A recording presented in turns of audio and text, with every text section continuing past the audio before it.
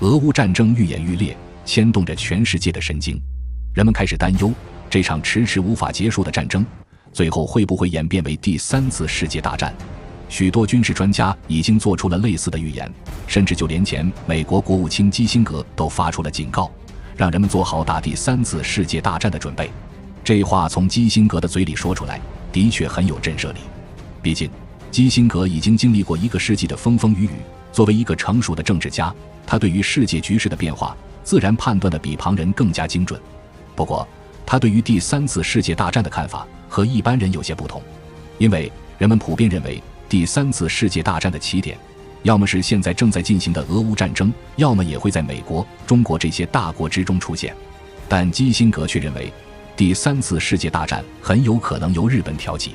日本是第2次世界大战的战败国，从2战结束之后，日本的军事力量受到了种种限制，直到现在也不能在明面上拥有自己的军队。所以，人们在发动战争这个问题上，几乎从没有把日本考虑进去。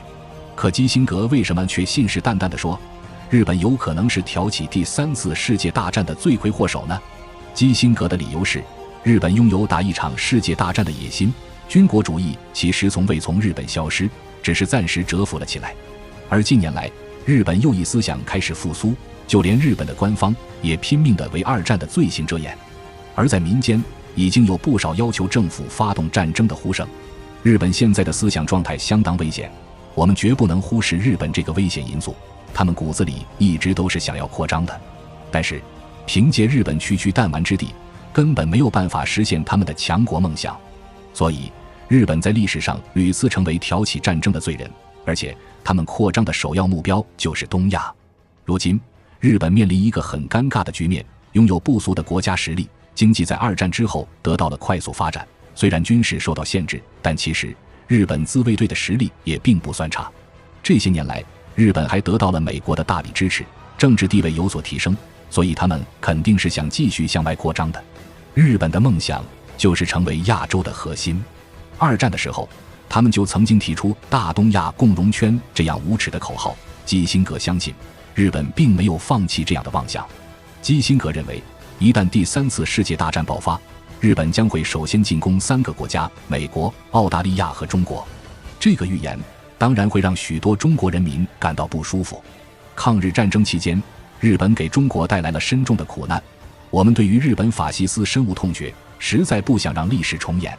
基辛格又表示，虽然日本会把中国作为进攻的目标之一，但他们终极的目标并不是中国，而是要吞并整个亚洲，乃至于称霸世界。这个想法简直骇人听闻，以日本的体量，人们很难想象这个小国要怎么去称霸世界。但2战时期，日本的确做过这样的春秋大梦，所以我们对于日本一刻也不能放松警惕。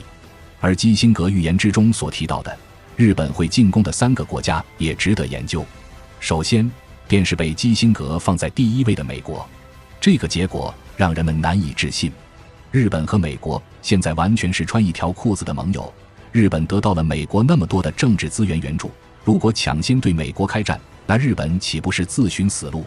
不过，同盟这种事情很多时候并非坚不可摧，现在的日本和美国之间就存在很多矛盾。比如不久前，日本就曾经不顾美国的反对，打算进口来自俄罗斯的石油。再比如，日本曾经大量的抛售美元债券，决定实行去美元化。可见，日本在美国面前虽然卑躬屈膝，但骨子里对于美国并非完全的服从，他们之间新仇旧恨多得很。最著名的就是1945年，美国向日本投下的那2颗原子弹，这是日本人心里过不去的坎儿。虽然不管怎么看，这2颗原子弹都是日本咎由自取，但在日本人看来，他们可是战争的受害者。这些年来，日本明里暗里搞了不少活动，一边说要纪念原子弹事件之中的死难者，一边又想要逼着美国向日本低头道歉，彻底坐实美国向日本投掷原子弹的非正义性。美国的政客们也是一群老奸巨猾的狐狸，当然不会买日本的账，双方之间就这个问题一直在暗中博弈。再说回2战之后，那时候的日本被美国占领，就连政治也被美国牢牢把控，日美同盟在这一时期牢牢锁定。但日本对于美国的不满也正是在这一时期疯狂的爆发，最主要的原因当然是美国在日本横行霸道。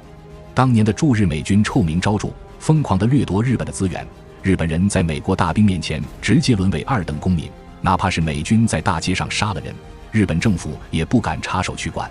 日本是一个相当重视自尊的国家，甚至已经重视到了病态的地步。所以美国人这样打击日本人自尊的行为，当然在他们心里埋下了一颗仇恨的种子。不过他们完全没有实力和美国叫板，所以只能忍气吞声。1985年9月，美国又在经济上送了日本一个重磅炸弹。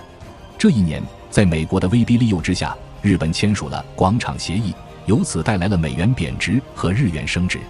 听起来对日本有利，但其实日本当时主要的经济来源就是对外贸易。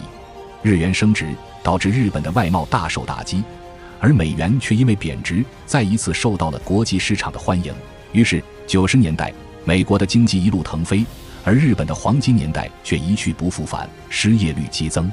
这一时期出生长大的青年也成了日本迷茫的一代，直到现在日本也没能完全从那一次经济重创之中恢复过来。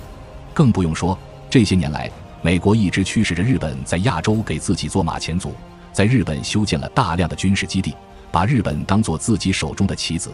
这样的操控和利用进一步催生了日本对于美国的恨。如果日本想要借助3战的机会重获国际地位，那第一步当然是要对美国开刀，以此获得真正的自由。除了美国之外，日本的下一个进攻对象就是澳大利亚。这其实也让很多中国人摸不着头脑，因为日本和澳大利亚听起来毫无交集，唯一的联系大概就是他们都曾经长时间的依附于美国。但事实并非如此，两国之间同样有血海深仇。双方之间之所以结仇，还是因为2战，日本在袭击了美国的珍珠港之后，自信心极度膨胀，于是开始往西太平洋地区以及东南亚疯狂扩张，新加坡便遭受到了日本的严重侵略。而当时驻扎在新加坡的是澳大利亚的军队，日本在新加坡展开了疯狂的屠杀，澳大利亚军队还没有做好准备。在那场战斗之中，澳大利亚约有 1.5 万名士兵被日军以残忍的手段杀害，这一下子激起了强烈的民族仇恨。澳大利亚立刻就和美国站在了一边，支持美军在太平洋战场上的行动，并且澳大利亚主动让出了自己的国土给美军作为军事基地，目标很明确，就是要不惜一切代价向日本复仇。而此时的日本还完全没有意识到事情的严重性，甚至沾沾自喜，以为自己马上就能够战胜美国。对于澳大利亚这个美国的合作对象，日本更是不客气，他们很快出动了大量的轰炸机，对于澳大利亚进行全方位无死角的轰炸。每一次轰炸都有上千名澳大利亚平民付出生命。为了对抗日本，那一时期的澳大利亚几乎全民皆兵，所有的青壮年都投入了战场。胜利的天平当然不会倒向日本，所以在1944年，美国和澳大利亚终于取得了胜利。日本之前已经屠杀了澳大利亚太多的人，所以在战胜之后，澳大利亚也没有留情面。当时有17万日本战俘遗留在了澳大利亚，澳大利亚直接将这17万人全部杀死，一个不留。这一下竟然又把日本激怒了。按理说日本有错在先，澳大利亚屠杀战俘虽然也不符合国际规定，但本质上是针对日本的复仇行动。只是日本对待自己和对待他人一向是双重标准。在日本看来，澳大利亚屠杀了这17万战俘，便欠下了一笔血债，他们一直在叫嚣着要向澳大利亚讨还这笔血债。日本这个国家有极强的报复心理，在日本提出向澳大利亚复仇是一种政治正确，所以也可以预料，如果日本有了发动第3次世界大战的能力，那么他们绝对不会放过澳大利亚。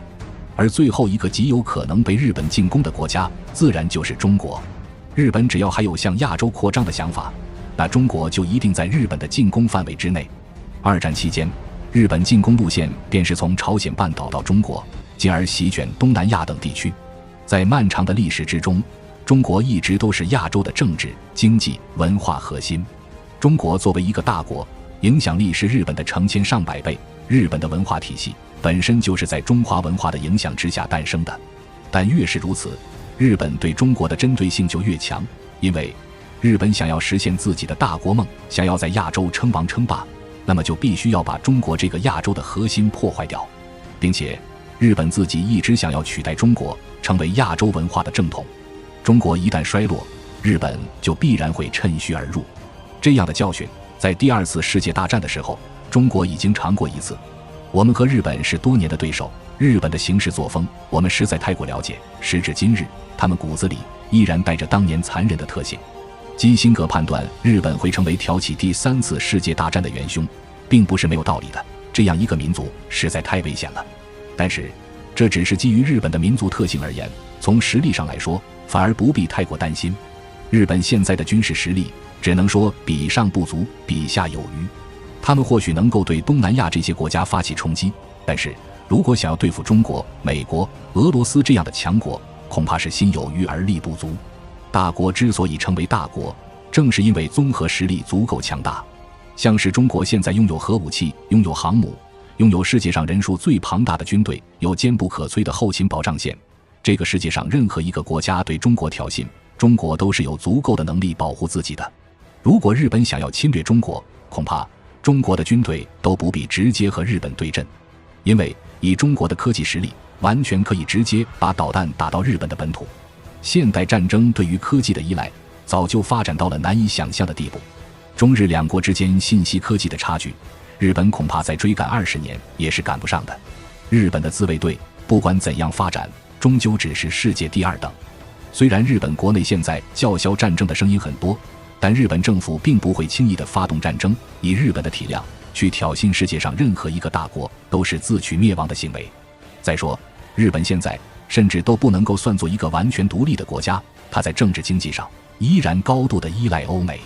日本有任何风吹草动，美国都会听到动静，日本做出的任何决策都要经美国的手。这样一个国家，指望它去发动一场席卷全世界的战争，显然是不现实的。所以日本发动第3次世界大战的一切猜测都只停留在理论层面。日本有这个想法，但是日本的客观实力根本就不允许它成为第3次世界大战的发动者。今时不同往日，中国已经成为一个强大的国家，所以对于诸多的战争预测，也可以一笑置之。强大的祖国是中国人民最大的底气。